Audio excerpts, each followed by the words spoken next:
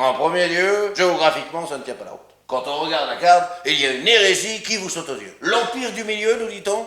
Je ne crois pas. En revanche, la France, pas si mal positionnée.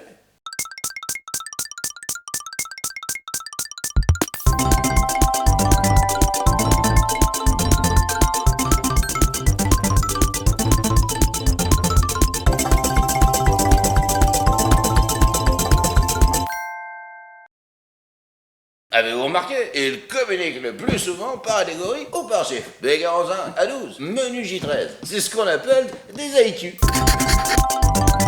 Ils n'ont même pas le même alphabet que nous. Alors vaut mieux se lever tôt pour tenter de communiquer. C'est un véritable casse-tête. Personne? C'est leur langage. Ils l'ont choisi. Je dois dire, ils se comprennent entre eux. Ça semble fonctionner comme ça. On va pas les faire 35 000 kilomètres pour leur dire « Hey oh, Tintao ». Boudanoir, ça ne s'écrit pas comme ça.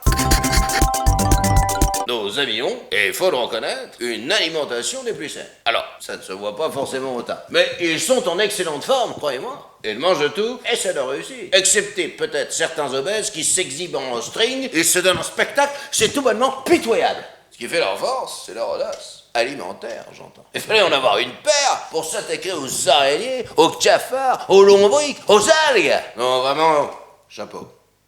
Pointu. Vous voyez, il y a des algues en Bretagne. On va pas les sucer les rochers pour autant. On est des bonhommes, c'est pas la question. Mais on va pas manger n'importe quoi non plus. Et encore moins des rampants. Même avec le meilleur des beurres salés, ça ne tiendra pas. En vérité, ce n'est pas du courage, c'est du maogisme. Tu regardes n'importe quelle œuvre à caractère pornographique et tu trouveras toujours un Chinois en train de se lacérer ou en train d'inventer je ne sais quelle régie sexuelle. Suffit qu'il mélange gastronomie et pornographie et on atteint des sommets écœurants, n'importe quoi. Hein? Non, je regarde pas. Pourquoi?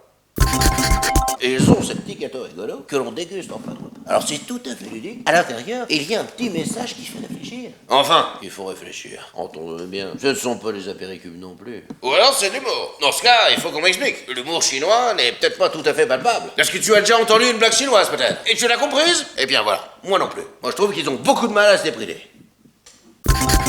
Oui, eh bien ils mangent. Des nems. Un plat typique à base de graisse de panda. C'est délicieux en plus. Une sorte de roulé au fromage et sans fromage. Des endives au jambon améliorées si vous préférez. Encore que, vous diriez ça à tante Ghislaine. Tante Ghislaine, c'est ma tante. Elle fait des endives au jambon à tomber à la renverse. Par contre, je ne pourrais pas vous inviter. Elle ne supporte pas les gens de la télé. Ah, pas d'elle, le chanteur, qui lui avait réclamé une gâterie à l'époque. Et ça s'était très mal terminé. Non, elle était plutôt féminine à l'époque. Pourquoi?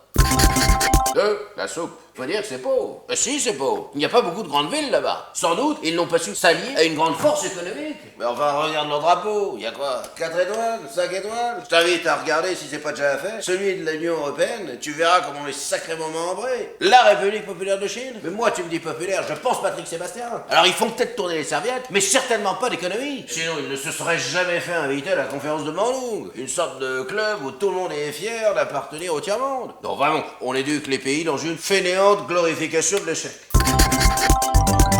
Ils ont une passion invraisemblable pour le karaoké. Comment c'est Chine, c'est plein de Chinois.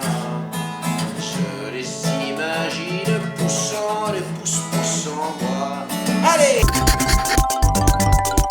Démographie. Et il y a des bonsaïs partout dans le pays. C'est incroyable comme arbre. Le sol en est recouvert. Et il y a des montagnes complètes faites de bonsaïs. Du coup, ma mère en a foutu dans l'entrée et c'est vraiment moche.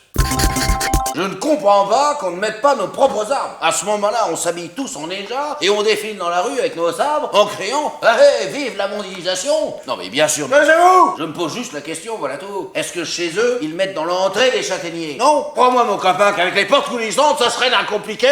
C'est parce que dans leur maison, il n'y a pas des portes comme chez nous. C'est des panneaux en bois ou en feuilles de riz. Pour le repas dominical. Lorsque tu dois t'excuser pour aller aux communautés, tu dois pas être des plus sereins.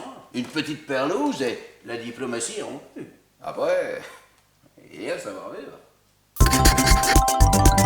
Ils ont dû être envahis par les Portugais, il fut un temps. Parce que quand tu vois le mur qui trône fièrement... Oh, écoutez, ça va, mon déconne. Si on peut plus rigoler... Hein. Tiens, Gilbert, serre-moi donc un schnapp. Oh non, tiens, plutôt un pastis. Un petit jaune.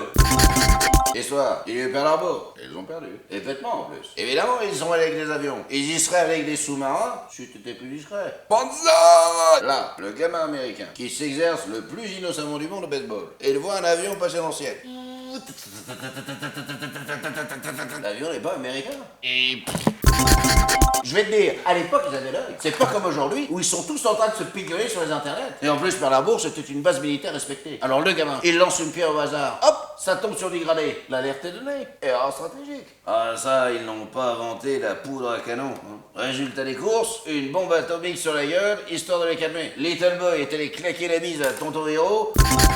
Dans l'ancien temps, les femmes étaient geishas et les hommes ninjas. Tous des routes pour le mieux. Il y avait le marché le vendredi. Quand tout d'un coup, un dragon sorti de nulle part vient mettre le feu aux poudres. Si j'ose dire.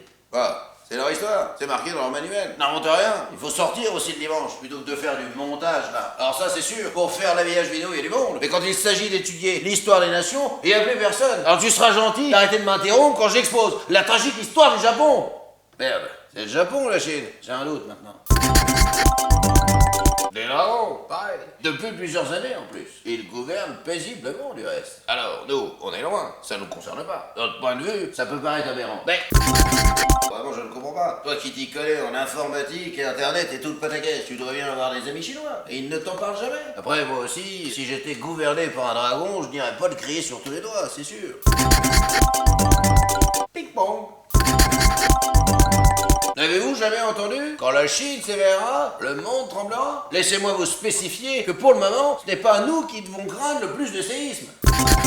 Je m'en voudrais de faire la raccourci. Et je trouve le mot bien choisi, du reste. Certains de mes confrères historiens ont pu démontrer que l'appareil reproducteur chinois, par sa taille, quoi l'industrialisation? Mais tout le monde s'en fout, mon pauvre ami. Tu veux faire une vidéo sur la Chine? Alors parlons des vrais problèmes. Dieu sait qu'ils en ont et qu'ils en souffrent. Parce que tu as déjà attrapé un micro-pénis, peut-être, hein? Ben non.